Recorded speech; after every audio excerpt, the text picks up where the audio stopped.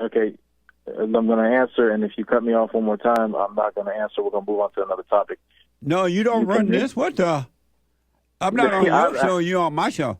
I understand that, Jesse. You but can't make that decision then. What the? This is capitalism. Come on, man. But anyway, whose fault is it that your mother has a hard life? Robin, welcome to the show. You're on the air. How you doing? All is well. Oh, all is well. Good. Jesse, I really wanted to talk to you about your positions and some of the things that you were saying earlier. Okay. You know, I will tell you, I don't agree with you on a lot of things. I watch your show all the time. I'm a fan. Earlier, just now in your segment, you said, and I quote, they're destroying capitalism in favor of socialism so they can control you. You say you believe that capitalists and government are trying to get rid of capitalism. So right here we just have a contradiction. It's just a very obvious contradiction because we live in a capitalist country run by capitalists. We live in the United States of America. We don't live in the Soviet Union or whatever else. So just right there, I disagree with you that you say that they're trying to get rid of capitalism. I actually am of the contention that they love capitalism and they love keeping things the way that they are as a means of control. Capitalism is not the way for individual freedom. It's actually the way for individuals to enslave other individuals. What do you think about that, Jesse? And when you say they, who are you referring to? I'm referring to the people in government. I'm referring to the people who have capital and control, mainly bureaucrats, anybody like that can exert any kind of political control with their money. So they can lobby, they can try to make certain rules in favor of themselves. Are you saying that it's not happening? And you're right. Let me respond to what you said. You're right in that my country is a capitalist society country, and because of that, it's made us individuals. It made us great. It became the light on the hill that the world may see and want to be here and be a part of that. And so you're right. And that is changing now in that they are trying to turn it into a socialist society. And that's why they offer you free health care, free education, free houses, free this, free drugs. Let me finish. Free drugs and free reparations and affirmative action. And even with the blacks, they tell them that you don't even have to take a test to get into the white man's school. We'll just let you in because you're black. All that is socialism. Oh, yeah? Well, see, the thing is, we don't have any of that free stuff, Jesse. That's the problem. Is that when you say we don't have it, who are you referring to? I'm referring to just the common man, in the United States. Actually, what's a common man? Well, the working man, Jesse. The working man don't have all that free stuff? No, they don't have any access to that stuff. They have to work harder than ever before. Because the working man don't want free stuff. No, but Jesse, you're not listening. I need you to listen now. So here's the thing. Back in the day, probably back in your day, it was way easier for somebody to work hard, save up money, get themselves a house, and go to the hospital if they needed it, and it wouldn't make them bankrupt. If you try to go to the hospital these days, even with employer-sponsored health care or whatever else, it'll leave you bankrupt. And I don't know if you've been to the hospital lately, Jesse, or what kind of insurance you have, but that is the reality for most Americans. And people just don't get free stuff. You're pushing this narrative where you're trying to say that the United States government is going towards a direction where they're giving free things to people. And I'll tell you, they are not. I live it. I live it every day. Well, so the reason that it is hard now because of socialism, but the one thing that I realize about human being, because human nature is evil, even when I was in my 20s and taxes were lower and jobs everywhere and you could really just do what you want, even lazy people were complaining then that it was too hard. The lazy man is going to always complain, oh, it's too hard, I can't do it, the tax is too high. It costs too much at the hospital. That's what weak people do. They complain.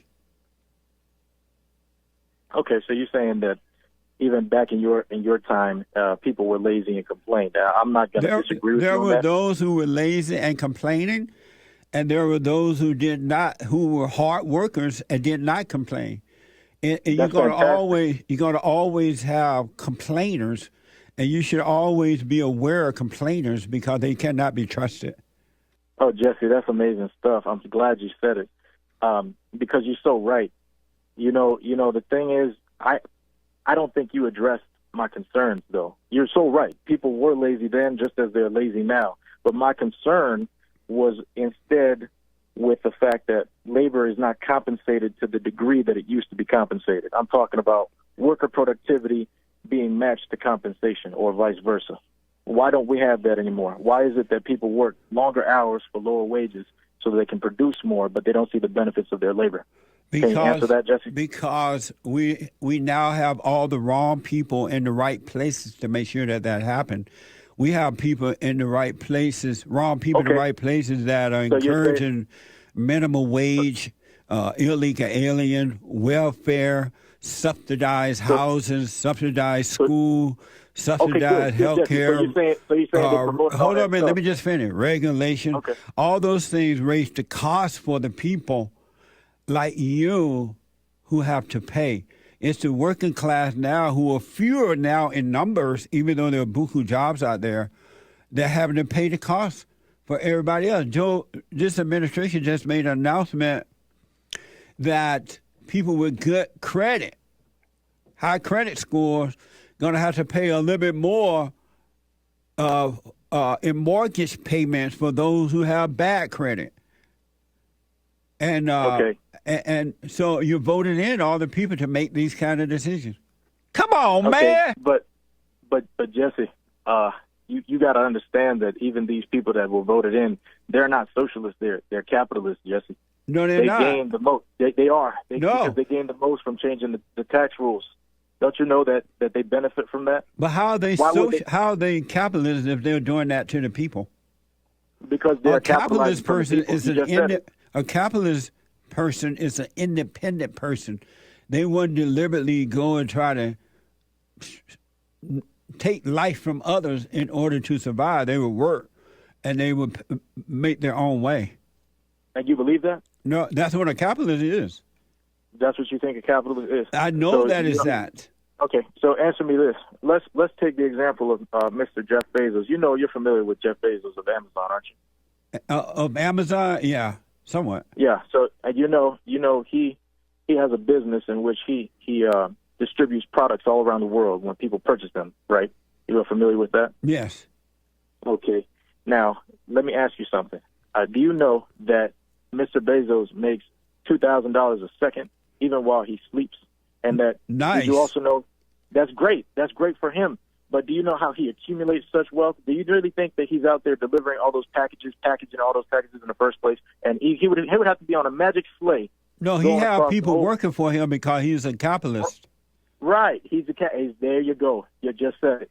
He's the capitalist. He got people working for him. He's not paying them what their labor is worth. That's how he making $2,000 a second. Otherwise, the math doesn't add up. How do you know that he's not paying them for what they're worth? Because you can see their productivity and you can see the analytics of that company and what they gain, their net gain. If he's not paying them for what they're worth, why don't they quit and go get a job or start their own business? Because they got to make money to pay the bills that he also probably. But that's why they should get another job. He's not making them stay there. No, but Jesse, you can't blame him for that. Right, Jesse. Do you know what collusion is? Who? Collusion. Collusion is not a person, it's a thing. It's something that businesses do when they come together to agree on a wage, a fixed wage, so it doesn't matter who you go work for. You go work for Walmart, you go work for Amazon, you go work for Tesla. It all depends on your position, and you can make that argument, but for the most part, for the general laborer, they are fixed to a wage. I don't quite... Do you know that when you start a business for a couple of reasons? Number one, you want to be free, independent. Number two, you want to make money. Number three, you're going to set a wage level, and you offer that to the potential worker, and the potential worker has a choice to say yes or no to that. They don't have to take it. Or if they were a true capitalist, a hardworking person, they say, you know what, I like this job. It doesn't pay quite enough. I'm going to get a second job. I'm going to get a part-time job and a full-time job. That's what they used to do in the good old days when you didn't have as many complainers as you do now. Yeah, but do you know that it doesn't matter whether you got 2 or 3 jobs now? You can have all those jobs and still not make enough money to make ends meet. You know, it's a lot of people. That's not true. It's not?